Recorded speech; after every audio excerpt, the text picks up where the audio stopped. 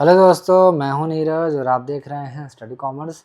और आज हम इस वीडियो में फाइनेंशियल मैनेजमेंट से रिलेटेड कुछ इंपॉर्टेंट PYQs डिस्कस करने वाले हैं जो कि आपके 3 सितंबर 2024 एग्ज़ाम में पूछे गए हैं।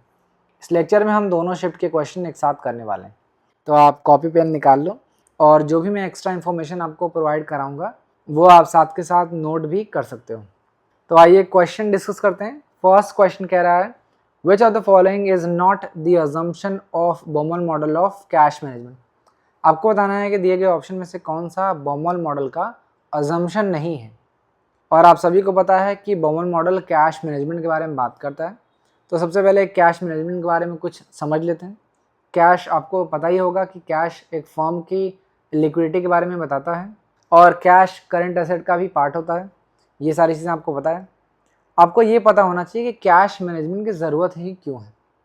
देखिए, अगर हमारे पास कैश की जितनी रिक्वायरमेंट है और जितनी अवेलेबिलिटी है, यानी जितनी हमें ज़रूरत है और जितना हमारे पास कैश है, अगर उतना हमारे पास कैश है तो बिल्कुल सही है। एक एग्जांपल से मैं आपको बताता हूँ। सपोज़ कर लो कि हमें 1 लाख की ज़रूरत है और 1 लाख हमारे पास कैश है, तो यानी जितनी रिक्वायरमेंट थी और जो अवेलेबिलिटी है वो भी सेम है। तो इसे हम क्या बोलेंगे? Optimum level of cash. जितनी हमें कैश की ज़रूरत है उतना हमारे पास कैश होता है, तो उसे हम ऑप्टिमम लेवल ऑफ कैश कहते हैं। ये आपके इकोनॉमिक ऑर्डर क्वांटिटी की तरह ही है। तो मैं आपको ये बता रहा था कि एक कैश मैनेजमेंट की ज़रूरत क्यों है। देखिए, प्रॉब्लम वहीं आती है जब हमारे पास जो रिक्वायरमेंट है और जो अवेलेबिलिटी है वो इक्वल नहीं होती है, तभी प्रॉब्लम आता है। सपोज़ कर लो कि हमें रिक्वायरमेंट हमारी जो है वो 1 लाख की है, लेकिन हमारे पास कैश कितना है? 3 लाख। एक्सेस हमारे पास कितना है? 2 लाख। ये हमारे पास एक्सेसिव कैश है। अगर ये एक्सेसिव कैश है तो ये हमारे फर्म के लिए अच्छा नहीं है। क्यों अच्छा नहीं है? क्योंकि इस पे जो हमें लॉस होगा उसे हम बोलते हैं लॉस ऑफ अपॉर्चुनिटी कॉस्ट। अब इसका क्या मतलब है कि ये जो 2 लाख आपके पास एक्स्ट्रा पड़े हुए हैं, इसे आप कहीं इन्वेस्ट कर सकते थे और उस पर इन्वेस्ट करके आप इंटरेस्ट कमा सकते थे। तो आपको यहाँ पे इंटरेस्ट का लॉस होगा क्योंकि ये आपके पास पड़े रहेंगे, ये आपके पास कैश के फॉर्म में है, तो ये आपके पास पड़े हैं, इस पर कोई भी आपको रिटर्न नहीं मिल रहा। तो एक तरीके का ये लॉस ऑफ अपॉर्चुनिटी कॉस्ट है, यानी इंटरेस्ट की कॉस्ट आपको लॉस कर रही है, ये आपको लॉस हो रहा है एक तरीके से। सपोज कर लो कि आपके पास कैश की रिक्वायरमेंट थी 1 लाख की, 1 लाख की कैश की रिक्वायरमेंट थी, लेकिन आपके पास कैश कितना है? 50,000। तो ये जो 50,000 रुपये कम है आपके पास, इसे हम क्या बोलते हैं? इनएडिक्वेट कैश। तो इससे क्या लॉस होगा? इससे ये होगा कि आपका जो डेली ऑपरेशन है वो हैम्पर होगा, वो प्रभावित होगा, क्योंकि अगर आपके पास कैश नहीं है तो आप काम कैसे करोगे? तो हमें हमेशा ऑप्टिमम लेवल ऑफ कैश को मेंटेन करना होता है। समझ आ रहा है? तो इस ऑप्टिमम कैश बैलेंस को डिटरमाइन करने के लिए हमारे पास 2 पॉपुलर मॉडल हैं। पहला मॉडल है बॉमल मॉडल, दूसरा मॉडल है हमारे पास मिलर और मॉडल। दोनों मॉडल के बारे में थोड़ा थोड़ा समझ लो। बॉमल मॉडल कब इस्तेमाल करते हैं? जब हमारे पास कैश की डिमांड जो है वो सर्टेन है। सर्टेन का मतलब क्या है? फिक्स्ड है। हमें पता है, जैसे मान लें कि आपको 10 लाख की रिक्वायरमेंट है। जब हमारे पास कैश की डिमांड सर्टेन होती है या फिक्स्ड होती है, जैसे 10 लाख, तो वहाँ पे हम बॉमल मॉडल का इस्तेमाल करते हैं। मिलर और का मॉडल का इस्तेमाल कब करते हैं? जब हमारे पास कैश की डिमांड जो है वो अनसर्टेन है, हमें नहीं पता है कि हमारे कैश की जो डिमांड है वो कितनी। तो ऐसे कंडीशन में हम मिलर और मॉडल का इस्तेमाल करेंगे। तो सारे अजम्पशन को एक बार इवेलुएट कर लेते हैं। फर्स्ट है, the firm is unable to forecast it cash need with certainty. अब देखिए, ये फॉरकास्ट ही नहीं कर पा रही है, तो क्या यहाँ पे बॉमल मॉडल का इस्तेमाल होगा? नहीं होगा। यानी ये स्टेटमेंट गलत है, अजम्पशन गलत है। तो करेक्ट आंसर क्या हो जाएगा? ए। क्योंकि बॉमल मॉडल में हम कैश का फॉरकास्ट सर्टेनिटी के साथ कर सकते हैं, क्योंकि हमें डिमांड फॉर कैश सर्टेन है, पता है। बाकी ऑप्शंस को भी इवेलुएट कर लेते हैं। Opportunity cost of holding cash is known. Opportunity cost क्या है? ये है इंटरेस्ट का जो हमें लॉस हो रहा है, return foregone on marketable securities, ठीक है। जो इंटरेस्ट फॉरगॉन होता है, इंटरेस्ट का जो लॉस होता है, वही आपका अपॉर्चुनिटी कॉस्ट होता है। तो ये पता होता है हमें, ये बिल्कुल सही है। The firm will incur same transaction cost whenever it convert securities to cash. Transaction cost क्या होता है? ट्रांजैक्शन कॉस्ट का क्या मतलब है कि जब हम मार्केटेबल सिक्योरिटीज़ को जब कैश में कन्वर्ट करते हैं तो हमें कुछ खर्चे करने पड़ते हैं ट्रांजैक्शन करने के लिए, कन्वर्ट करने के लिए सिक्योरिटीज़ को कैश में। फॉर एग्जांपल क्लरिकल कॉस्ट है, ब्रोकरेज है, कुछ रजिस्ट्रेशन कॉस्ट है या कुछ अदर कॉस्ट है, इनको हम ट्रांजैक्शन कॉस्ट कहते हैं। फोर्थ ऑप्शन देखते हैं, the firm cash payment occur uniformly over a period of time. जो भी कैश पेमेंट होता है वो एक समान होता है, यूनिफॉर्म होता है। तो ये भी अजम्पशन है बॉमन मॉडल का। तो क्वेश्चन में आपसे पूछ रहा था कि कौन सा अजम्पशन नहीं है, तो करेक्ट आंसर हो जाएगा 1। अब आइए नेक्स्ट क्वेश्चन देखते हैं, which of the following theory of capital structure discuss arbitrage process. आपको बताना है कि कैपिटल स्ट्रक्चर की कौन सी थियरी है जो आर्बिट्रेज प्रोसेस के बारे में डिस्कस करती है। आपके ऑप्शन है traditional approach, MM approach, NOI approach या फिर एनआई अप्रोच। तो कैपिटल स्ट्रक्चर आपने पढ़ा होगा, अगर आपने डिटेल में नहीं पढ़ा है तो मैंने पहले से ही लेक्चर बना लिया है, आप आई बटन पर क्लिक करके देख सकते हैं या डिस्क्रिप्शन में भी आपको उसका लिंक मिल जाएगा। एक एक ऑप्शन को इवेलुएट कर लेते हैं। देखिए ट्रेडिशनल अप्रोच जो है वो रेलेवेंट थियरी है कैपिटल स्ट्रक्चर की। रेलेवेंट थियरी का क्या मतलब है कि capital structure of the firm will affect the overall cost of capital, overall cost of capital and the value of the firm, ये दोनों को प्रभावित करेगा। और ट्रेडिशनल अप्रोच जो है वो ऑप्टिमम कैपिटल स्ट्रक्चर के बारे में बात करता है। और ऑप्टिमम कैपिटल स्ट्रक्चर का क्या मतलब है कि एक डेट और इक्विटी का राइट कॉम्बिनेशन, जहाँ पे आपकी overall cost of capital minimum होगी और वैल्यू ऑफ द फर्म जो है वो मैक्सिमम होगा। इसे ही हम ट्रेडिशनल अप्रोच कहते हैं, जहाँ पे जो कर्व होता है वो यू शेप का होता है। डिटेल में आप चाहे तो पढ़ सकते हैं। यहाँ पे सर्टेन पॉइंट तक अगर आप डेट का इस्तेमाल कर रहे हैं तो वो आपके लिए बेनिफिशियल होगा, लेकिन एक सर्टेन पॉइंट से अधिक आप यूज़ करोगे तो वो आपके लिए बेनिफिशियल नहीं होगा। एमएम अप्रोच ये कैपिटल स्ट्रक्चर की इररेलेवेंट थ्योरी है, जो ये कहता है कि capital structure of the firm will not affect the overall cost of capital and the value of the firm. Modigliani and Miller approach जो है वो आर्बिट्रेज के बारे में बात करता है।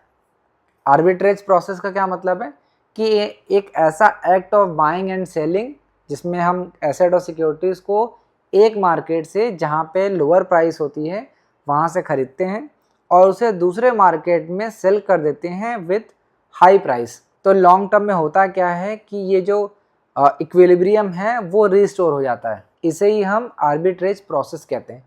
तो आर्बिट्रेज प्रोसेस के बारे में बताया था एमएम अप्रोच ने। एमएम अप्रोच आर्बिट्रेज प्रोसेस के बारे में बात करता है। एनओआई अप्रोच देख लेते हैं, ये भी एक इररेलेवेंट अप्रोच है कैपिटल स्ट्रक्चर की, जो ये कहता है कि आपका जो केओ है, ओवरऑल कॉस्ट ऑफ कैपिटल जो है वो कांस्टेंट होगा, उस पर कोई प्रभाव नहीं पड़ेगा। यानी capital structure will not affect the overall cost of capital and the value of the firm. Next है NI approach, net income approach. ये आपका रेलेवेंट थियरी है, जो ये कहता है कि जितना ज़्यादा आप डेट लगाएंगे उतना ही आपका ओवरऑल कॉस्ट ऑफ कैपिटल कम होगा और केई जो है वो कांस्टेंट होगा। जितना ज़्यादा आप डेट लगाओगे उतना ज़्यादा ओवरऑल कॉस्ट ऑफ कैपिटल कम होगा और वैल्यू ऑफ द फर्म जो है वो इंक्रीज़ करेगा। यहाँ पे ध्यान रखना है कि केई जो है वो कांस्टेंट क्यों होता है, क्योंकि date does not change the perception of investor. यहाँ पे बहुत ज़्यादा इंपॉर्टेंट अजम्पशन है, मैं आपको बता दे रहा हूँ कि एनआई अप्रोच में ये अजम्पशन माना गया है कि डेट, क्योंकि आप जानते हैं कि डेट जो है रिस्कियर सोर्स ऑफ फाइनेंस है, ज़्यादा रिस्क होता है, लेकिन यहाँ पे मान्यता ये है कि डेट अगर आप यूज़ कर रहे हो तो उससे इन्वेस्टर का जो परसेप्शन है वो चेंज नहीं होगा। इसी वजह से केई जो है वो कांस्टेंट यहाँ पे होता है। तो क्वेश्चन पूछा है कि कौन सा थियरी है कैपिटल स्ट्रक्चर का जो आर्बिट्रेज प्रोसेस के बारे में डिस्कस करता है, तो वो है Modigliani and Miller approach. तो सेकंड का करेक्ट आंसर हो जाएगा सेकंड। अब आइए नेक्स्ट क्वेश्चन देखते हैं, compute after tax cost of capital. आपको केओ कैलकुलेट करने के लिए बोल रहा है। Of a company in case of perpetual bond face value is 100 is sold as well as redeemed at par having coupon rate of interest being 7% and corporate tax rate is 30%। ये आपके सामने options दिए गए हैं। तो सबसे पहले जान लो डेट, जिसे यहाँ पे हम बॉन्ड कह लेते हैं। कॉस्ट ऑफ कैपिटल निकालने के लिए हमें देखना होता है कि डेट आपका किस तरीके का है। दो तरीके का डेट है, एक होता है रिडीमेबल डेट और एक होता है इररिडीमेबल, या इसी को हम परपेचुअल डेट भी कहते हैं। रिडीमेबल का मतलब क्या है कि एक सर्टेन पॉइंट के बाद यानी सर्टेन पीरियड ऑफ टाइम के बाद आपका डेट का जो पेमेंट है वो कर दिया जाएगा, ठीक है। और इररिडीमेबल या फिर परपेचुअल डेट का क्या मतलब है कि आपका एक सर्टेन पॉइंट के बाद पेमेंट नहीं किया जाएगा, जो भी आपने प्रिंसिपल अमाउंट है वो आपको पेमेंट नहीं किया जाएगा। तो क्वेश्चन में आपसे पूछ रहा है परपेचुअल बॉन्ड के बारे में, यानी एक सर्टेन पॉइंट के बाद आपको पेमेंट नहीं होगा। तो सारी इन्फॉर्मेशन आपको दी ही है, आप फॉर्मूला लगा के कैलकुलेट कर सकते हैं। फॉर्मूलाज आपको याद होना बहुत ज़रूरी है, अदरवाइज आप क्वेश्चन नहीं कर सकते। तो cost of debt is equal to interest 1 - t upon net proceed into 100। Interest देखिए 7% है, नेट प्रोसीड का क्या मतलब है कितना आपने डेट लिया है, तो 100 रुपये लिया है। 1 - t तो 30% है, तो इसको हम लिख सकते हैं 0.3 इंटू 100, तो 0 से 0 कट जाएगा। 7 इंटू 1 में से 0.3 घटाएंगे तो 0.7 आ जाएगा, तो 7 7 जब 49, 4.9% ये आपका कॉस्ट ऑफ डेट आ जाएगा। कोई दिक्कत? यही फॉर्मूला है। ये फॉर्मूला आपको जब तक नहीं पता होगा तब तक आप क्वेश्चन सॉल्व नहीं कर पाएंगे। तो ये फॉर्मूला अगर आपको पता है तो आप आसानी से क्वेश्चन सॉल्व कर सकते हैं। तो थर्ड का करेक्ट आंसर हो जाएगा सेकंड। अब आइए नेक्स्ट क्वेश्चन देखते हैं। Arrange the following sequential with respect to operating cycle of a manufacturing firm. आपके सामने कुछ स्टेप दे रखे हैं, आपको करेक्ट सीक्वेंस में करना है। सबसे पहले जानते हैं कि ऑपरेटिंग साइकिल क्या होता है। देखिए, ऑपरेटिंग साइकिल का मतलब ये है कि जो भी पैसा आपने लगाया है बिजनेस में, वो पैसा आपको वापस मिल जाना। वो जो टाइम फ्रेम होता है, कितने समय में आपने जो पैसा लगाया वो वापस आपको मिल जा रहा है, वो नंबर ऑफ डेज जो है वही ऑपरेटिंग साइकिल होता है। यानी मैंने आज पैसा लगाया बिजनेस में और 15 दिन बाद वो हमें रिटर्न मिल गया, या 30 दिन बाद, या 60 दिन बाद, 40 दिन बाद वो पैसे हमें वापस मिल गए, तो उसे ही हम ऑपरेटिंग साइकिल कहते हैं। अब आपको पता है कि अगर आज हमने सेल किया तो तुरंत हमको कैश नहीं मिल जाएगा। ये सारी चीज़ें आपको पता है, आपने आज सेल किया और तुरंत आपको कैश नहीं मिलेगा। तो ऑपरेटिंग साइकिल का क्या मतलब है? It is the duration of time between acquisition of raw material and collection of cash from receivable as operating cycle. आपको पता है कि आज प्रोडक्ट जो है वो सेल हुआ और डेटर से जो हमें पैसा मिल रहा है उसके बीच में एक टाइम गैप होता है, तो इसीलिए हम ऑपरेटिंग साइकिल कैलकुलेट करते हैं। अब देखिए, ऑपरेटिंग साइकिल दो लोगों के लिए होता है। पहला तो एक ट्रेडिंग फर्म होता है जो सिर्फ फिनिश्ड गुड्स को खरीदती है और बेचती है, और दूसरा होता है operating cycle of a manufacturing firm जो रॉ मटेरियल ला रहा है और उसको वर्क इन प्रोग्रेस में कन्वर्ट कर रहा है, फिर फिनिश्ड गुड्स में कन्वर्ट कर रहा है, उसके बाद डेटर से उसको पैसा मिल रहा है। तो मैन्युफैक्चरिंग के लिए यहाँ पे क्वेश्चन पूछा गया है। तो सबसे पहले आपको पता है कि हम रॉ मटेरियल इंट्रोड्यूस करेंगे। रॉ मटेरियल पहला स्टेप हो जाएगा। भाई, अगर आप मैन्युफैक्चरिंग कर रहे हो तो सबसे पहले आपको क्या करना होगा? Raw material. तो रॉ मटेरियल कन्वर्जन पीरियड का क्या मतलब है कि रॉ मटेरियल को हम वर्क इन प्रोग्रेस में कितने समय में कन्वर्ट कर ले रहे हैं। तो सबसे पहले रॉ मटेरियल को आप कन्वर्ट करोगे वर्क इन प्रोग्रेस में। तो सेकेंड क्या हो जाएगा? Work in progress conversion period, यानी वर्क इन प्रोग्रेस को हम कितने टाइम में कन्वर्ट करते हैं। वर्क इन प्रोग्रेस से क्या होगा? फिनिश गुड्स बनेगा हमारे पास। समझ में आया? फिनिश्ड गुड्स हो जाएगा तो हम उसे बेचेंगे, तो फिर जो भी हमारे पास रिसीवेबल हैं, डेटर्स वगैरह हैं, वो हमें पैसा देंगे। फिर अगर हमें किसी को पैसा देना है तो वो भी इंक्लूड होगा, क्योंकि हमें क्रेडिट पीरियड मिलता है। अगर हमने सपोज कर लो कि आज 1/10/2024 हमने आज प्रोडक्ट सेल किया, तो अगर हम ये बोलते हैं अपने डेटर्स को, जिसको भी हमने उधार माल बेचा है, उसको बोलते हैं कि 10 दिन के बाद तुम हमें पैसा देना, तो ये 10 दिन का हमें उन्हें समय देना पड़ रहा है कि नहीं? उसी तरीके से जब मैन्युफैक्चरर जो रॉ मटेरियल परचेज करते हैं कहीं से, उनको भी पेमेंट करना होता है, तो ये आखिरी में हम कंसीडर करते हैं। तो फोर्थ का करेक्ट आंसर हो जाएगा सेकंड। अब आइए नेक्स्ट क्वेश्चन देखते हैं। For the purpose of taking capital budgeting decisions in respect of a company in India, following are taken into consideration in computing cash flows in the terminal year of the project. आपसे capital budgeting से एक question पूछा है, कह रहा है कि capital budgeting decision लेते समय जब हम टर्मिनल ईयर तक पहुंचते हैं तो कैसे हम कैश फ्लो कैलकुलेट करते हैं, वहाँ पे हम किन किन चीज़ों को कंसीडर करते हैं। तो सबसे पहले आपको ये पता होना चाहिए कि terminal year of the project का क्या मतलब है। आपको ये पता है कि हर प्रोजेक्ट का एक टाइम फ्रेम होता है। कैपिटल बजटिंग डिसीजन आपको पता है कि कौन से प्रोजेक्ट में हमें पैसा लगाना है, इसी डिसीजन को हम कैपिटल बजटिंग डिसीजन कहते हैं।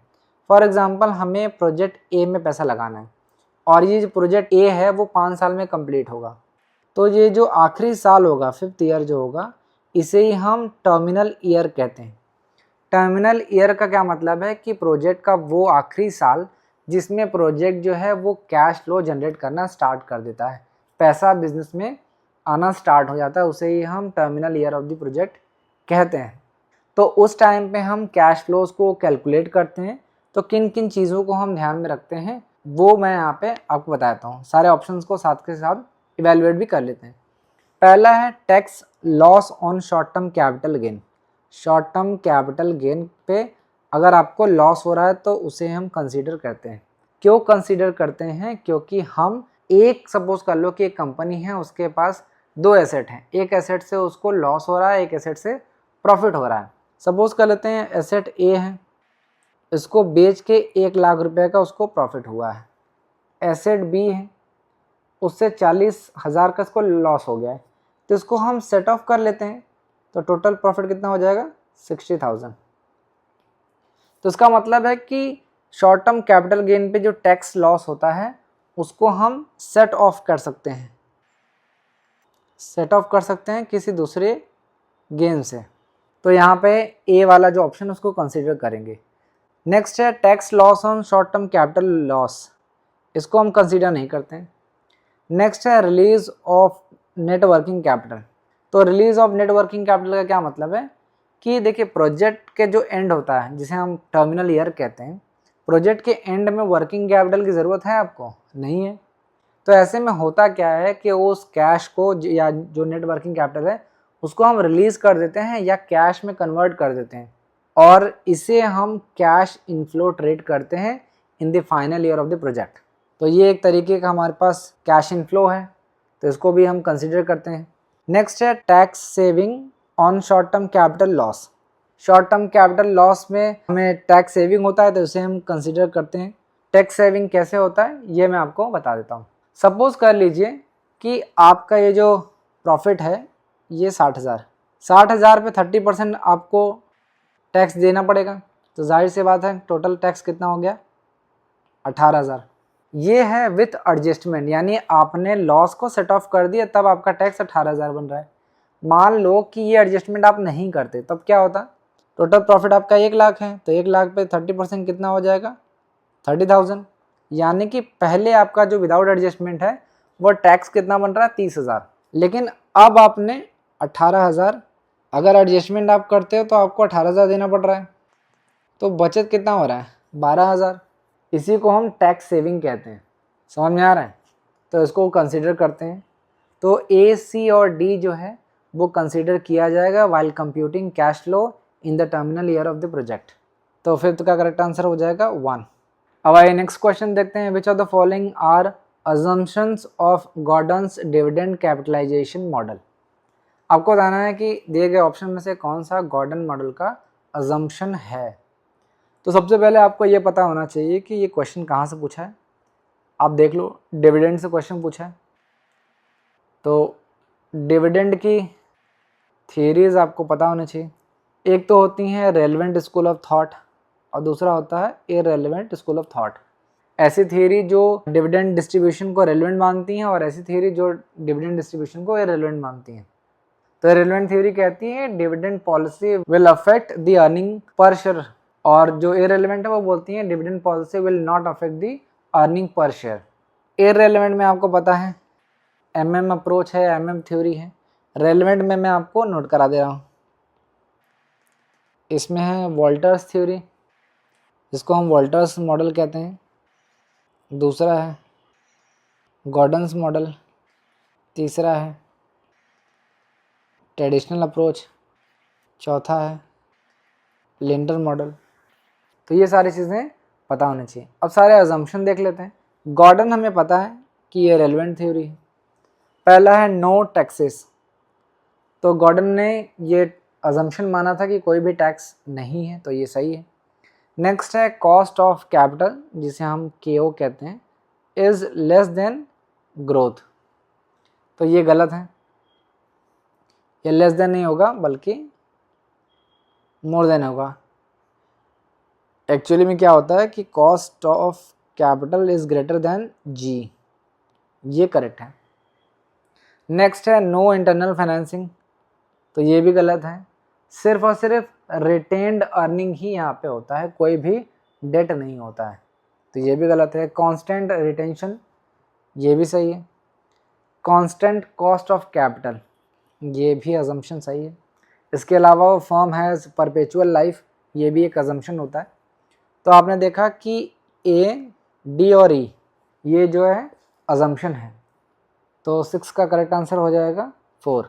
अब गॉर्डन का जो फॉर्मूला है वो भी बहुत इंपॉर्टेंट है, कई बार आपसे एग्ज़ाम में पूछ लिया जाता है, आपको पता होना चाहिए। तो market price of share is equal to current year dividend 1 + G upon K - G, या फिर होता है current price of share is equal to E1 1 - B upon K - BR। PO का क्या मतलब है? Market price of share, MPS। आज मेरे टैबलेट में कोई प्रॉब्लम आ गई जिसकी वजह से मैं लिख नहीं पा रहा हूँ, शुरू से आपको पता चल रहा होगा, लेकिन फिर भी मैं बोल दे रहा हूँ, आप नोट कर सकते हो। DO का क्या मतलब है? करंट ईयर डिविडेंड, और G का मतलब है ग्रोथ रेट ऑफ फर्म, और K का मतलब आपको पता है कॉस्ट ऑफ इक्विटी। E1 का मतलब है earning for the year, B is your amount retained, R is rate of return on retained earning, और BR को कलेक्टिवली हम ग्रोथ रेट कहते हैं। तो 6 का करेक्ट आंसर हो जाएगा 4। अब आइए नेक्स्ट क्वेश्चन देखते हैं। आपके सामने 2 लिस्ट दे रखा है। लिस्ट 1 में आपको कुछ कॉन्सेप्ट दे रखा है और लिस्ट 2 में उसका मतलब दे रखा है। आपको लिस्ट 1 को लिस्ट 2 से मैच कराना है। एक एक चीज़ को देख लेते हैं। सबसे पहले है सिस्टमैटिक रिस्क। सिस्टमैटिक रिस्क एक सिस्टम जनरेटेड रिस्क होता है जो सभी फर्म के लिए एक समान होता है और इक्वली इम्पैक्ट करता है to all. Example corporate tax, अगर इनकम टैक्स लॉ है, अगर उसने कॉर्पोरेट टैक्स बढ़ा दिया है, फॉर एग्जाम्पल पहले 30% था, अब 35% कर दिया है, तो ये एक तरीके का सिस्टमैटिक रिस्क होगा क्योंकि सभी पे ये समान तरीके से इम्पैक्ट कर रहा है। तो सिस्टमैटिक रिस्क को हम मैच कर लेंगे increase in corporate tax. Next है बीटा। बीटा का साइन इस तरीके से होता है। बीटा जो है वो सिस्टमैटिक रिस्क को बताता है। आपने कॉस्ट ऑफ कैपिटल पढ़ा होगा, जिसमें आपने कैपएम मॉडल पढ़ा होगा, कैपिटल एसेट प्राइसिंग मॉडल, जिसमें cost of capital is equal to होता है RF plus beta RM minus RF। ये फॉर्मूला बहुत इंपॉर्टेंट है, कई बार आपसे पूछ लिया जाता है। तो यहाँ पे ये जो बीटा है वो सिस्टमैटिक रिस्क के बारे में ही बताता है और इसे हम सेंसिटिविटी कोएफिशिएंट या वॉलेटिलिटी कहते हैं। तो B का हम मैच कर देंगे सेंसिटिविटी कोएफिशिएंट। अब समझ लो बीटा का मतलब क्या है। बीटा जो है वो ये बताता है कि अगर किसी स्टॉक का प्राइस जो है चेंज हो रहा है, और चेंज क्यों हो रहा है? क्योंकि मार्केट में चेंज होने की वजह से स्टॉक के प्राइस में चेंज हो रहा है। तो कितना चेंज हो रहा है, यानी मार्केट में चेंज होने से स्टॉक प्राइस में कितना चेंज हो रहा है, ये बीटा बताता है। अगर सपोज कर लो कि बीटा का जो वैल्यू है वो इज इक्वल टू 1 है, तो इसका मतलब है जितना मार्केट में चेंज हो रहा है उतना ही आपका रिस्क भी चेंज होगा, बीटा भी चेंज होगा। अगर मान लेते हैं बीटा की जो वैल्यू है वो 1.5 है, यानी मार्केट में जितना चेंज हो रहा है उससे 1.5 टाइम्स जो है वो सेंसिटिव होगा आपका बीटा। समझ में है? नेक्स्ट है रिस्क फ्री रेट। यहाँ पे देखिए RF का क्या मतलब है? Risk free rate of return. मतलब ऐसे जगह आप इन्वेस्ट कर रहे हो कि जहाँ पे आपको रिस्क बिल्कुल नहीं है, रिस्क फ्री सिक्योरिटीज़ में आप इन्वेस्ट कर रहे हो। जैसे अगर आपने सपोज कर लो कि गवर्नमेंट बॉन्ड में पैसा इन्वेस्ट किया, तो ये रिस्क फ्री रेट है, तो ये किसका जो इंटरेस्ट होगा वो भी कम होगा, 4% या 5% ही आपको इनकम मिलेगा, बट रिस्क कम होगा। तो risk free rate of return जो है वो कंपनसेशन है फॉर टाइम। मतलब आपने पैसे इन्वेस्ट कर दिए स्टॉक में 1000 रुपये और आपने समय दे दिया तो 4-5% आपको मिल जाएगा। हालांकि स्टॉक में तो नहीं मैं बात करूंगा, जैसे गवर्नमेंट बॉन्ड पे आपने इन्वेस्ट कर लिया तो आपने 1-2 साल छोड़ दिया तो उसमें आपको पैसा मिल जाएगा। और अनसिस्टमेटिक रिस्क को आप मैच करा सकते हैं 4 से, जो है competitors enter in the market. Unsystematic risk का मतलब है कि जो आप खुद से इन्फ्लुएंस कर रहे हो, जैसे आप JRF करना चाहते हो तो ये अनसिस्टमेटिक रिस्क है, ये आपने खुद से इम्पोज किया है। अगर आप किसी ऐसे मार्केट में जा रहे हो जहाँ पे कॉम्पिटिटर्स बहुत ज़्यादा हैं, बहुत ज़्यादा लोग एंटर करेंगे, तो ये आपने खुद से ये जो रिस्क है बुलाया है, तो ये अनसिस्टमेटिक रिस्क हो जाएगा। तो आप A से B को मैच कर लोगे तो 7th का करेक्ट आंसर हो जाएगा 4। अब आइए नेक्स्ट क्वेश्चन देखते हैं। फिर से आपके सामने कॉन्सेप्ट दे रखा है और मीनिंग दे रखा है, लिस्ट 1 को लिस्ट 2 से मैच कराना है। पढ़ लेते हैं क्या क्या दिया है। प्रॉफिटेबिलिटी इंडेक्स दिया है जिसको हम PI कहते हैं, अकाउंटिंग रेट ऑफ रिटर्न दे रखा है, इंटरनल रेट ऑफ रिटर्न दे रखा है और modified internal rate of return आपके सामने दे रखा है और उसका मीनिंग दे रखा है। तो ये क्वेश्चन जो है वो पूछा गया है कैपिटल बजटिंग टेक्निक से। बेसिकली ये फॉर्मूला ही है, सिर्फ एक्सप्लेनेशन के फॉर्म में आपसे पूछ दिया गया। तो प्रॉफिटेबिलिटी इंडेक्स में आप डिवाइड का सिंबल बना लिया करो। प्रॉफिटेबिलिटी इंडेक्स का फॉर्मूला क्या होता है मैं बता देता हूँ। Present value of cash inflows, CI मतलब कैश इनफ्लो है, और present value of cash outflow, यही होगा। तो देखिए 4th यही दिया है। अपॉन का क्या मतलब है, ratio of present value of cash inflow at required rate of return initial cash outflow of the investment. ठीक है। एवरेज रेट ऑफ रिटर्न या अकाउंटिंग रेट ऑफ रिटर्न का क्या मतलब है, average profit upon average investment into 100। ये formula आपने पढ़ा है कि नहीं पढ़ा है? तो इसका हम 3rd दे जाएंगे। एवरेज रेट ऑफ रिटर्न क्या है, या रेट के बारे में बात हो रही है, average profit upon average investment into 100, सारा फॉर्मूला ही दिया हुआ है। नेक्स्ट है internal rate of return. Internal rate of return का क्या मतलब है, present value of cash inflows minus present value of cash outflow. आपने पढ़ा होगा ना कि इंटरनल रेट ऑफ रिटर्न क्या होता है, जहाँ पे आपकी NPV की जो वैल्यू है वो 0 हो जाती है, ये आपने पढ़ा होगा। तो यही फॉर्मूला है, मैच करा के देख लेते हैं। 3rd का क्या हो जाएगा, 1 रेट दैट इक्वेट्स, जहाँ पे आपका बराबर हो जाएगा investment outlay with present value of cash inflow received after 1 period, जहाँ पे present value of cash inflow और present value of cash outflow बराबर हो जाए, वही होगा। MIR जो है वो कंपाउंडिंग रेट के बारे में बात करता है, तो उसको हम मैच कर लेंगे 2nd से, कंपाउंडिंग एवरेज एनुअल रेट। समझ में आए? तो 8th का करेक्ट आंसर हो जाएगा 1। अब आइए नेक्स्ट क्वेश्चन देखते हैं। Which of the following are assumption under MM theory of capital structure. अब आपको बताना है कि MM theory of capital structure का कौन सा अजम्पशन है। फिर देखिए कैपिटल स्ट्रक्चर जो MM थ्योरी है वो आपका इररेलेवेंट थ्योरी है, यानी कि कैपिटल स्ट्रक्चर में डेट या इक्विटी कोई भी यूज़ करो उससे आपके ओवरऑल कॉस्ट ऑफ कैपिटल में कोई इम्पैक्ट नहीं पड़ेगा और वैल्यू ऑफ द फर्म में भी कोई इम्पैक्ट नहीं पड़ेगा, यही इसका कंक्लूजन है। और जो MM थ्योरी है वो सिर्फ एक बिहेवियरल जस्टिफिकेशन देता है आर्बिट्रेज प्रोसेस के रूप में, कि ये आपका जो KO है वो क्यों कांस्टेंट होगा, इसका जस्टिफिकेशन ये थ्योरी देता है। तो सारा अजम्पशन पढ़ लो, बहुत ज़रूरी है। यहाँ पे फिर से देखो आपको MM थ्योरी का अजम्पशन पूछ लिया गया, तो देख लेते हैं। फर्स्ट है परफेक्ट कैपिटल मार्केट, तो ये अजम्पशन है। MM थ्योरी का जो अजम्पशन था वो ये था कि जो आपका कैपिटल मार्केट है वो परफेक्ट है और कोई भी सिंगल इन्वेस्टर जो है वो मार्केट को अकेला प्रभावित नहीं कर सकता। नेक्स्ट है हेट्रोजीनस एक्सपेक्टेशन, तो ये गलत है, इसके जगह पे होमोजीनस एक्सपेक्टेशन था, सारे जो इन्वेस्टर हैं उनकी एक्सपेक्टेशन सेम है। नेक्स्ट है अब्सेंस ऑफ टैक्सेस, तो ये भी अजम्पशन है, लेकिन ध्यान रखना कि ये सिर्फ और सिर्फ 1958 तक थी।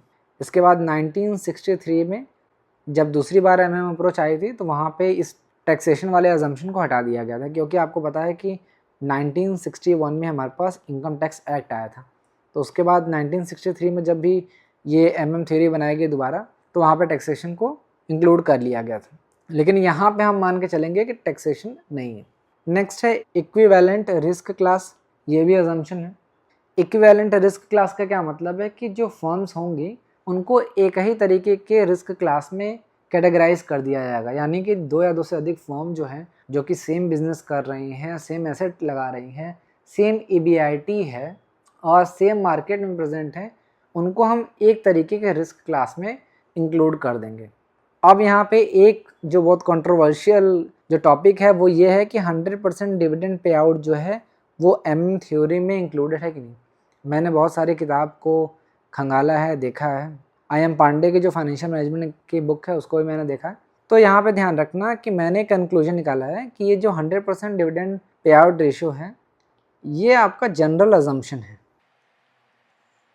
जनरल अजम्पशन है मतलब जब आप कैपिटल स्ट्रक्चर की जनरल अजम्पशन पढ़ेंगे तो उसमें 100% पे आउट है, बट MM थ्योरी में स्पेसिफिकली नहीं दिया गया है और NTA ने भी इसको इंक्लूड नहीं किया है, तो इसको हम भी इंक्लूड नहीं करेंगे।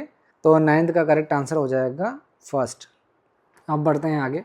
अब आइए नेक्स्ट क्वेश्चन देखते हैं। आपके सामने 2 लिस्ट दे रखा है। लिस्ट 1 में आपको कुछ टॉपिक का नाम दे दिया है, लिस्ट 2 में उससे रिलेटेड फॉर्मूला दे रखा है। तो आपको लिस्ट 1 को लिस्ट 2 से मैच करना है। तो आइए मैच करते हैं। फर्स्ट है CAPM मॉडल, CAPM मॉडल जिसको हम बोलते हैं capital asset pricing model.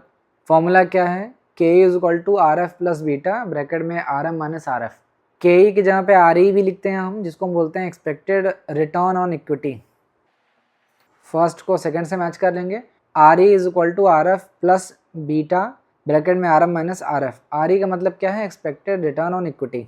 Next है गॉर्डन मॉडल जो कि डिविडेंड की मॉडल है। इनका फॉर्मूला क्या होता है मैं लिख दे रहा हूँ यहाँ पे, इससे पहले मैंने आपको बताया था 1 minus B KE minus BR। तो सेकंड का हम मैच करा लेंगे फोर्थ से, ठीक है। ये अभी हमने डिस्कस किया था पीछे। ध्यान रखना ये अर्निंग है, ये अर्निंग है, ध्यान रखना। WACC weighted average cost of capital, इसका फॉर्मूला देख लेते हैं। इसको मैच करा देंगे हम फर्स्ट से।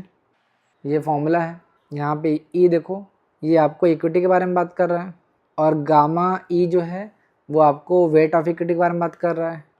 D जो है डेट के बारे में बात कर रहा है और गामा D जो है वो वेट ऑफ डेट है। और 1 माइनस TC का मतलब क्या है, कॉर्पोरेट टैक्स रेट। मैं लिख देता हूँ कॉर्पोरेट टैक्स रेट। आज मेरे टैबलेट में कोई प्रॉब्लम जिसकी वजह से मैं लिख नहीं पा रहा हूँ, बट मैं आपको बोल दे रहा हूँ ताकि आपको कोई दिक्कत ना हो। नेक्स्ट है ट्रेडिशनल मॉडल। ये ट्रेडिशनल मॉडल है डिविडेंड डिसीजन का, जो कि एक रेलेवेंट मॉडल है, आप सभी को पता है। इसको दिया है बेंजामिन ग्राहम और डेविड डॉड ने, जिसको हम ग्राहम एंड डॉड मॉडल के नाम से भी जानते हैं। इसका फॉर्मूला है PO is equal to M bracket में D plus E upon 3। PO का क्या मतलब है या P का क्या मतलब है, मार्केट प्राइस ऑफ पर शेयर, मार्केट प्राइस पर शेयर। M जो होता है वो मल्टीप्लायर है, ठीक। D का क्या मतलब है, डिविडेंड पर शेयर। E का क्या मतलब है, अर्निंग पर शेयर। और ये 3 जो है वो कांस्टेंट रहता है हमेशा, 3 वहाँ फॉर्मूला में है। तो D को हम थर्ड से मैच कर लेंगे। समझ में आया। एक चीज़ और ध्यान रखना ट्रेडिशनल मॉडल से कि वो ये कहता है कि अगर आप एक स्टेबल डिविडेंड देते हो तो स्टॉक का जो वैल्यूएशन है वो ज़्यादा होगा, इसीलिए हमें डिविडेंड पे आउट में स्टेबिलिटी लानी चाहिए। ये बात कही गई थी traditional model of dividend decisions. तो 10th का करेक्ट आंसर हो जाएगा 4। अब आइए नेक्स्ट क्वेश्चन देखते हैं। आपके सामने फिर से मैच द कॉलम दे रखा है। 2 लिस्ट आपके सामने है। लिस्ट 1 में आपके सामने ट्रेडर के बारे में दिया है और लिस्ट 2 में फंक्शन या एक्टिविटी के बारे में दिया गया है। तो मैच कराते हैं। आपको हेजर, स्पेकुलेटर, आर्बिट्रेजर और स्कैल्पर के बारे में दिया गया है। तो एक एक करके देखते हैं। सबसे पहले हेजर के बारे में जानते हैं। हेजर कौन होता है, वो पर्सन या वो इन्वेस्टर हो सकता है जो इन्वेस्टमेंट रिस्क को कम करता है, रिड्यूसिंग इन्वेस्टमेंट रिस्क। फर्स्ट को मैच करेंगे सेकंड से। स्पेकुलेटर कौन होता है, स्पेकुलेटर वो होता है जो रिस्क उठाता है, वन हु टेक रिस्क। तो यहाँ पे सेकंड को थर्ड से मैच करा देंगे। टेकिंग इंक्रीज्ड रिस्क विलिंगली, जानबूझ के आप रिस्क उठा रहे हो। आर्बिट्रेजर कौन होता है? जो मिसमैच होता है प्राइस में दो अलग अलग मार्केट में, उसका एडवांटेज उठाता है, उसे हम क्या बोलते हैं? आर्बिट्रेजर।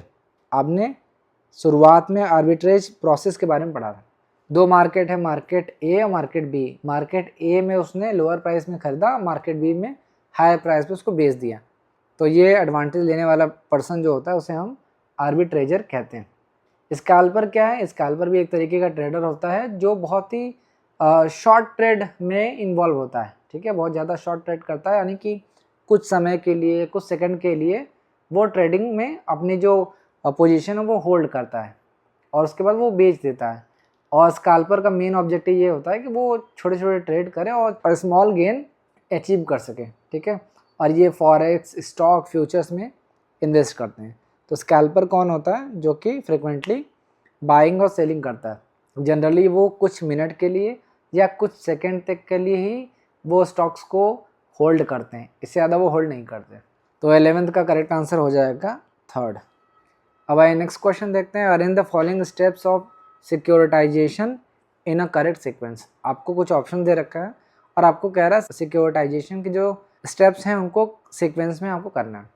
तो सबसे पहले आपको पता होना चाहिए कि सिक्योरिटाइजेशन क्या है।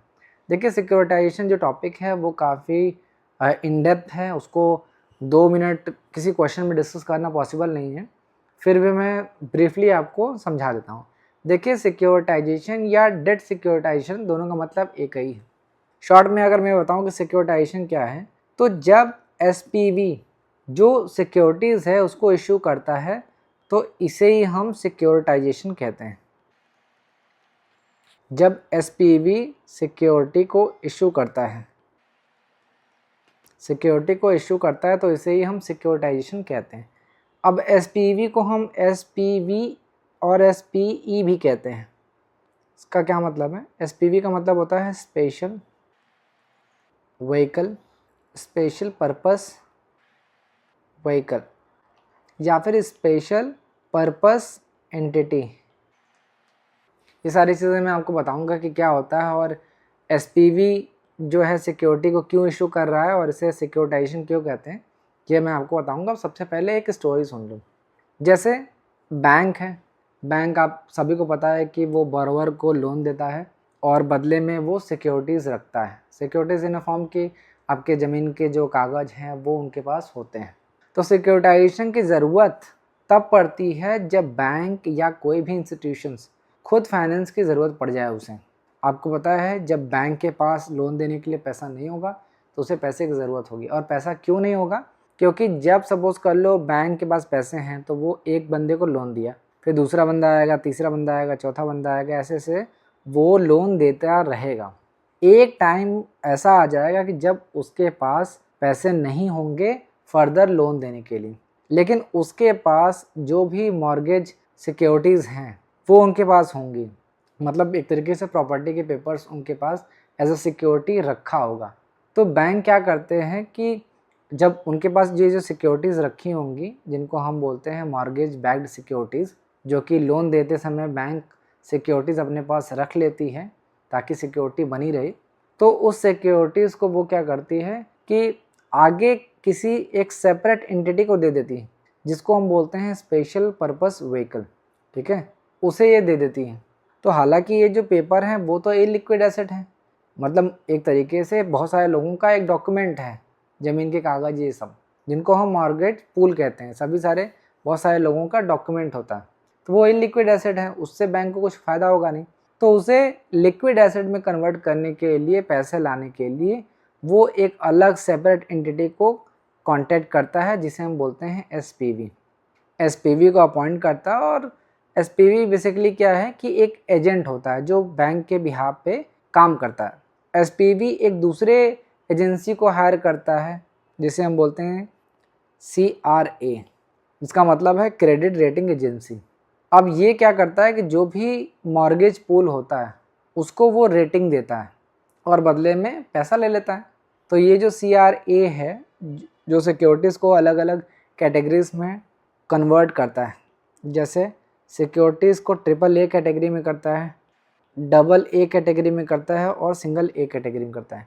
ये जो CRA है, क्रेडिट रेटिंग एजेंसी है, वो सिक्योरिटीज़ को अलग अलग कैटेगरीज में डिवाइड करता है। अगर किसी भी सिक्योरिटीज़ को ट्रिपल ए दे दिया गया है तो इसका क्या मतलब है कि ये बहुत ज़्यादा सिक्योर जो है सिक्योरिटीज़ है। अगर 2 ए मिला है तो इसका मतलब क्या है, लिटिल सिक्योर है। और अगर मान लेते हैं कि ए मिला है सिंगल ए, तो लीस्ट सिक्योर्ड सिक्योरिटीज़ हैं। तो SPV क्या करता है कि ये जो क्रेडिट रेटिंग एजेंसी है, इसके रेटिंग के आधार पे सिक्योरिटीज़ को री इशू कर देता है, जिसे हम सिक्योरिटाइजेशन कहते हैं। अब ये ध्यान रखो कि इसका इंटरेस्ट रेट भी होता है। सिक्योरिटीज़ की जो वर्थ होती है, यानी कि कितनी रेटिंग है, उसके आधार पे रेट भी अलग होगा। ज़्यादा सिक्योर्ड है तो उसका इंटरेस्ट जो रेट है वो कम होगा, 5% मान लेते हैं, लो होता है। अगर लिटिल लेसर सिक्योर्ड है तो यहाँ पे जो इंटरेस्ट रेट है वो मॉडरेट लेवल पे होगा, थोड़ा सा बड़ा होगा। अगर सबसे ज़्यादा खतरनाक है यानी लीस्ट सिक्योर्ड सिक्योरिटीज़ है तो उसका इंटरेस्ट भी उतना ही ज़्यादा होगा, क्योंकि खतरा ज़्यादा है, रिस्की इन्वेस्टमेंट है, तो ज़्यादा इंटरेस्ट भी चार्ज किया जाएगा। ठीक है, तो इस तरीके से ये सारी चीज़ें काम करती हैं। अब ये जो क्रेडिट रेटिंग एजेंसी है, इसके बिहाफ पे SPV जो है वो सिक्योरिटीज़ को इशू करता है मार्केट में और पैसा बैंक के पास वापस चलाता है, यानी पब्लिक से ही पैसा लेके वापस बैंक के पास पैसा हो जाता है और आगे वो फर्दर जो भी पैसा लेने के लिए लोग आ रहे हैं उनको वो पैसा दे देता है एक तरीके से लोन के फॉर्म में। तो ये प्रॉपर प्रोसेस है, उसके बारे में डिटेल में कभी और पढ़ेंगे।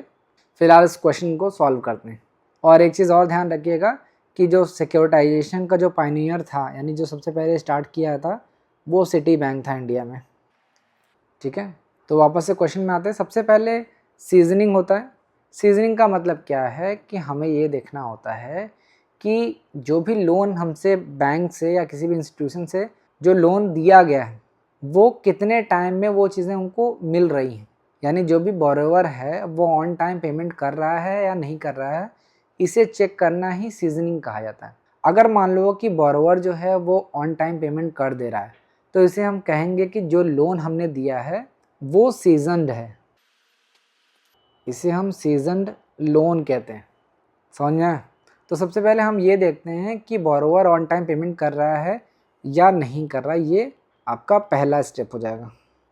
क्योंकि अगर ऑन टाइम पेमेंट कर रहा है तो बैंक के पास पैसा होगा, तो ऐसे में वो फर्दर बोरोवर को लोन दे सकती है। उसके बाद हम देखते हैं कि क्रेडिट इन्हेंसमेंट कितना किया जा सकता है। क्रेडिट इन्हेंसमेंट का क्या मतलब है कि जो क्रेडिट की जो वर्दीनेस है उसको कैसे बढ़ाया जाता है, कैसे हम एक्सटर्नल गारंटी दे सकते हैं। तो दूसरा वो क्या आता है, अगर ये भी नहीं होता है तो हम SPV को, स्पेशल पर्पस व्हीकल को हम अपॉइंट कर देते हैं। ठीक है, फिर जो भी हमारे पास डॉक्यूमेंट होता है, जो भी हम पेपर्स हमारे पास हैं जिनको हम मॉर्गेज बैक्ड सिक्योरिटीज़ कहते हैं, MBS, मॉर्गेज बैक्ड सिक्योरिटीज़, ये हम ट्रांसफ़र कर देते हैं स्पेशल पर्पस व्हीकल को, SPV जिसको बोलते हैं। फिर वो SPV जो है वो आखिरी में सिक्योरिटीज़ को इशू कर देता है पैसे लेने के लिए, पैसे उठाने के लिए। तो मैंने अभी आपको क्या बताया था कि SPV जब सिक्योरिटीज़ को इशू करता है तो उसे हम सिक्योरिटाइजेशन कहते हैं। तो ये आपका करेक्ट सीक्वेंस हो जाएगा। एक चीज़ ध्यान रखना कि मैंने बहुत ही लेमन लैंग्वेज में आपको बताया है, इतना आसान नहीं है, ये काफ़ी कॉम्प्लेक्स टॉपिक है। अगर आप बोलोगे तो मैं आपको सारी चीज़ें बताऊंगा। जैसे मैंने आपको बोला ना कि बैंक, ये मैंने आपको यहाँ बोला बैंक के बारे में कि जो बैंक लोन दे रहा है उसके पास पैसे नहीं हैं, तो जब इसको पैसे की ज़रूरत पड़ जाती है तो वो सिक्योरिटाइजेशन जो एक तरीका है डेट सिक्योरिटाइजेशन, इसका इस्तेमाल करता है जो भी मॉर्गेज बैक्ड सिक्योरिटीज़ होती हैं उनको वापस से री इशू करने के लिए। तो ये जो बैंक होता है इसे हम ओरिजिनेटर बोलते हैं। और भी बहुत सारे टर्म्स हैं जो मैं अभी इतने कम समय में आपको नहीं बता सकता, बट फिर भी बहुत सारी चीज़ें हैं। अगर आप चाहते हो तो मैं डिटेल में एक लेक्चर आप सभी के लिए लेके आऊँगा। तो करेक्ट सीक्वेंस आप मैच कर लोगे, 12th का करेक्ट आंसर हो जाएगा C। अब आइए नेक्स्ट क्वेश्चन देखते हैं। The management of VIBGYOR fabrics subscribes to the NOI approach and believes that its cost of debt and overall cost of capital will be 9% and 12% respectively if debt equity ratio is 0.8. What is the cost of equity? आपको cost of equity calculate करना है। अब यहाँ पे VIBGYOR fabric है, तो एक management है विबग्योर फैब्रिक की, वो एनओआई अप्रोच को यूज़ कर रही है। एनओआई अप्रोच क्या है? ये आपका कैपिटल स्ट्रक्चर की इररिलेवेंट थ्योरी है। वो ये कहती है कि आप कितना भी डेट यूज़ कर लो, कितना भी इक्विटी यूज़ कर लो, उससे आपके ओवरऑल कॉस्ट ऑफ कैपिटल पे कोई इम्पैक्ट नहीं पड़ेगा और value of the firm will not change. आपको कुछ इन्फॉर्मेशन दे रखा है जैसे कॉस्ट ऑफ डेट, साथ के साथ मैं लिख देता हूँ। कॉस्ट ऑफ डेट आपको 9% दे रखा है और ओवरऑल कॉस्ट ऑफ कैपिटल ये दे रखा है 12% और डेट टू इक्विटी रेशियो दे रखा है 0.8 और कॉस्ट ऑफ कैपिटल आपको कैलकुलेट करना है। तो कॉस्ट ऑफ इक्विटी को कैलकुलेट करने के लिए फॉर्मूला क्या है?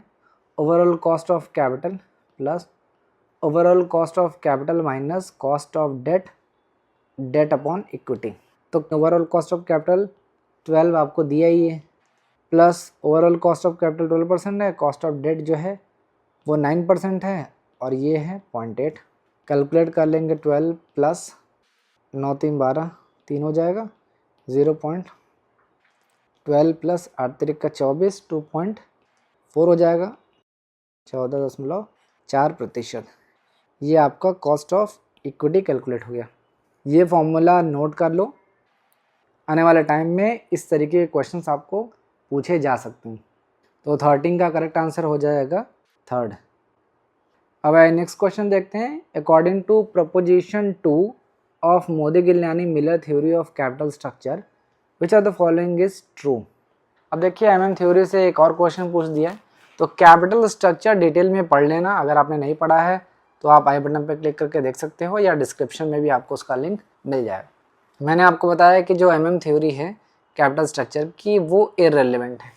इररिलेवेंट का मतलब क्या है कि आप डेट यूज़ करो चाहे इक्विटी यूज़ करो, उससे आपके ओवरऑल कॉस्ट ऑफ कैपिटल पे कोई इम्पैक्ट नहीं पड़ेगा और value of the firm will not change.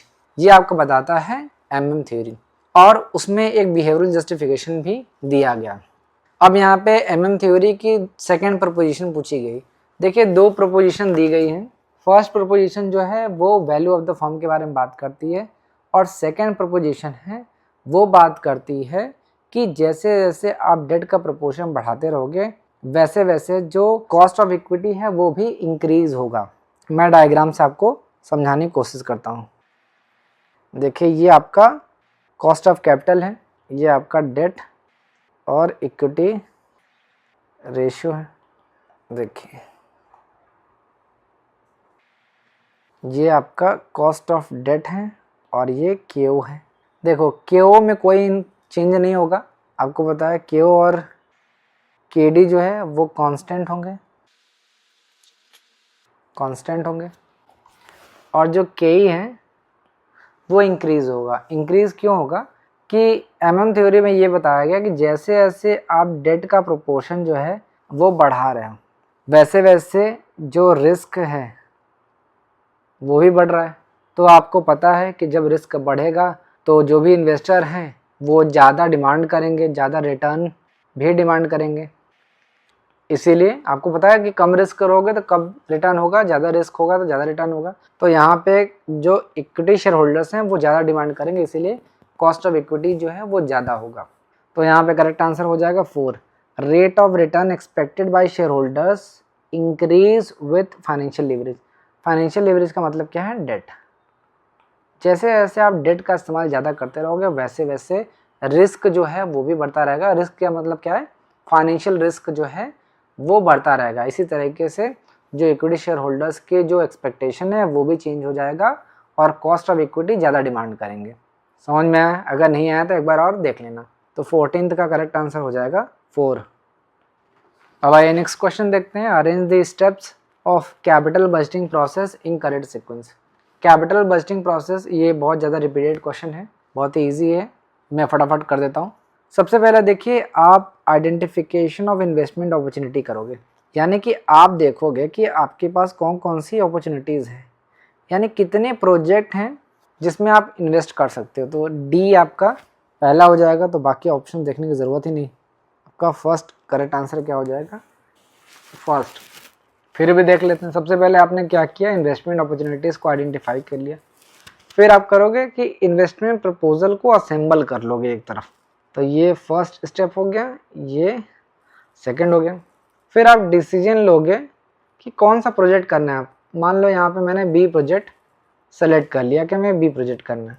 फिर हम क्या करेंगे, परफॉर्मेंस रिव्यू करेंगे कि इस प्रोजेक्ट में कितना पैसा है, कितना पैसा हमें रिटर्न मिल सकता है। फिर आखिरी में कैपिटल बजट डिसाइड करेंगे और अप्रोप्रिएशन करेंगे। अप्रोप्रिएशन का मतलब क्या है, डिस्ट्रीब्यूट कर देंगे पैसा, तभी तो प्रोजेक्ट स्टार्ट होगा। तो ये करेक्ट सीक्वेंस हो जाएगा। बहुत ही रिपीटेड क्वेश्चन है, इसको ध्यान से पढ़ लो, बार बार आता है एग्जाम में।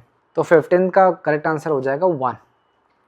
अब आइए नेक्स्ट क्वेश्चन देखते हैं। Which of the following capital budgeting techniques follows the discounting criteria. आपको बताना है कि दिए गए ऑप्शन में से कौन सा कैपिटल बजटिंग का टेक्निक है जो डिस्काउंटिंग क्राइटेरिया को फॉलो करता है। अब आपको पता है कि कैपिटल बजटिंग टेक्निक जो है वो दो तरीके के हैं। एक तो है नॉन डिस्काउंटिंग टेक्निक और दूसरा है डिस्काउंटिंग टेक्निक। समझ में? मैं लिख देता हूँ यहाँ पर, नहीं तो कंफ्यूज हो गया आप। नॉन डिस्काउंटिंग टेक्निक, ये टी है। समझ में आया? नॉन डिस्काउंटिंग टेक्निक का क्या मतलब है, जो टाइम वैल्यू ऑफ मनी को फॉलो नहीं करते, और डिस्काउंटिंग टेक्निक का मतलब है जो टाइम वैल्यू ऑफ मनी को फॉलो करते हैं। टाइम वैल्यू ऑफ मनी क्या कहता है, टाइम वैल्यू ऑफ मनी ये कहता है a rupee today is more valuable than a rupee tomorrow. अगर हमारे पास दो ऑप्शन हो कि आज अगर 100 रुपये मिले या एक साल बाद हमें 100 रुपये मिले, तो आप क्या कहोगे, आप बोलोगे सर आज के टाइम पे ही 100 रुपये मिल जाए, एक साल बाद मिलेगा तो क्या ही पता हम क्या कर लेंगे उस टाइम पे, आज मिलेगा तो उसे हम इन्वेस्ट करके इंटरेस्ट कमा सकते हैं। तो जो रुपए हमें आज मिल रहे हैं वो ज़्यादा वैल्यूबल है एज़ कम्पेयर टू जो रुपए हमें एक साल बाद मिल रहा है। यही टाइम वैल्यू ऑफ मनी होता है। तो जो नॉन डिस्काउंटेड टेक्निक है, जिसको हम ट्रेडिशनल टेक्निक कहते हैं, वो टाइम वैल्यू ऑफ मनी को फॉलो नहीं करता। कौन कौन से टेक्निक, पहला है पे बैक पीरियड, दूसरा है एवरेज रेट ऑफ रिटर्न जिसे हम अकाउंटिंग रेट ऑफ रिटर्न के नाम से भी जानते हैं, तीसरा है पोस्ट पे बैक पीरियड। देखिए पे बैक पीरियड में क्या होता है कि हमें ये पता चलता है कि कितने साल में जो भी हमने इनिशियल इन्वेस्टमेंट किया है वो रिकवर हो जाएगा। सपोज़ कर लो हमने 10 लाख रुपए इन्वेस्ट किए और हर साल हमें 1 लाख रुपए मिल रहा है, तो यानी 10 साल में हमने ये पैसा रिकवर कर ली।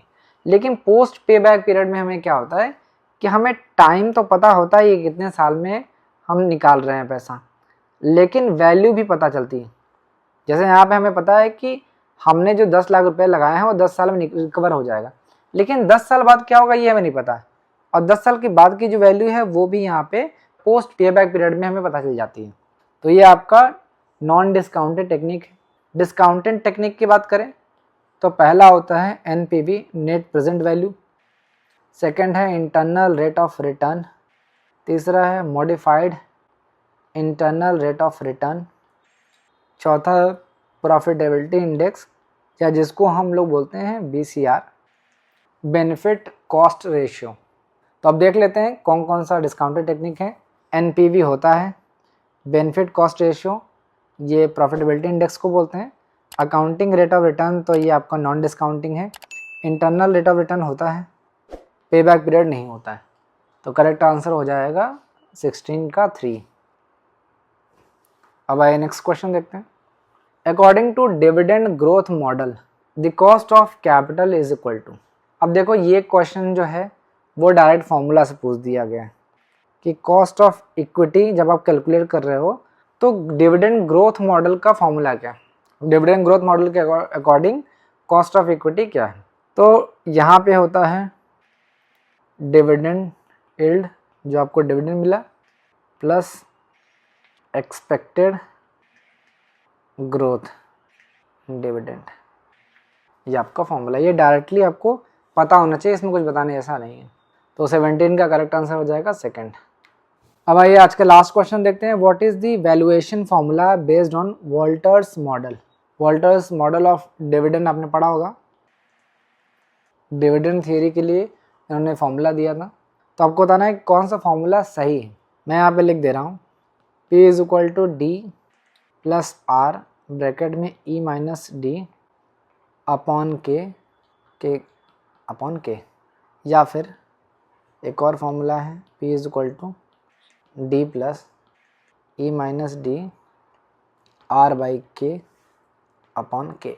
ये फॉर्मूला है। एक चीज़ ध्यान रखना कि जब मैं ई माइनस डी कह रहा हूँ तो इसका मतलब क्या है, ये रिटेन्ड अर्निंग के बारे में बात कर रहा है, रिटेन अर्निंग्स के बारे में बात करता है, समझ में आया। और वॉल्टर मॉडल जो है वो रेलेवेंट थ्योरी के बारे में बात करता है, यानी dividend pay out affect the market price of the share. Assumption भी याद रखना बहुत इंपॉर्टेंट है, retained earning is the only source of finance, R and K remain constant, a firm has infinite life. समझ में आया। तो 18 का करेक्ट आंसर हो जाएगा 3। ये सारे जितने भी क्वेश्चंस मैंने आपको कराए, हर क्वेश्चंस को एक जगह नोट कर लो, या जो पीडीएफ मैं प्रोवाइड कराता हूँ उसमें ही नोट कर लो। आपको ज़्यादा मेहनत नहीं करनी पड़ेगी क्वेश्चन लिखने के लिए, लिख लो और रिवाइज करो, अदरवाइज क्वेश्चंस आप सॉल्व नहीं कर पाओगे। अगर आप सोचोगे कि लेक्चर देख के आपको याद हो जाएगा तो याद नहीं होने वाला, आपको प्रैक्टिस करना ही होगा। अगर आप इस लेक्चर का पीडीएफ डाउनलोड करना चाहते हो तो आप हमारे टेलीग्राम चैनल से डाउनलोड कर सकते हो, टेलीग्राम का लिंक आपको डिस्क्रिप्शन में मिल जाएगा। तो ये था फाइनेंशियल मैनेजमेंट से रिलेटेड कुछ इंपॉर्टेंट PYQs जो कि आपके 3 सितंबर 2024 एग्जाम में पूछा गया था। उम्मीद है आपको सारी चीज़ें समझ में आई होंगी। अगर आपकी कोई डाउट या सजेशन है तो आप कमेंट बॉक्स में मुझे बता सकते हैं। Thank you.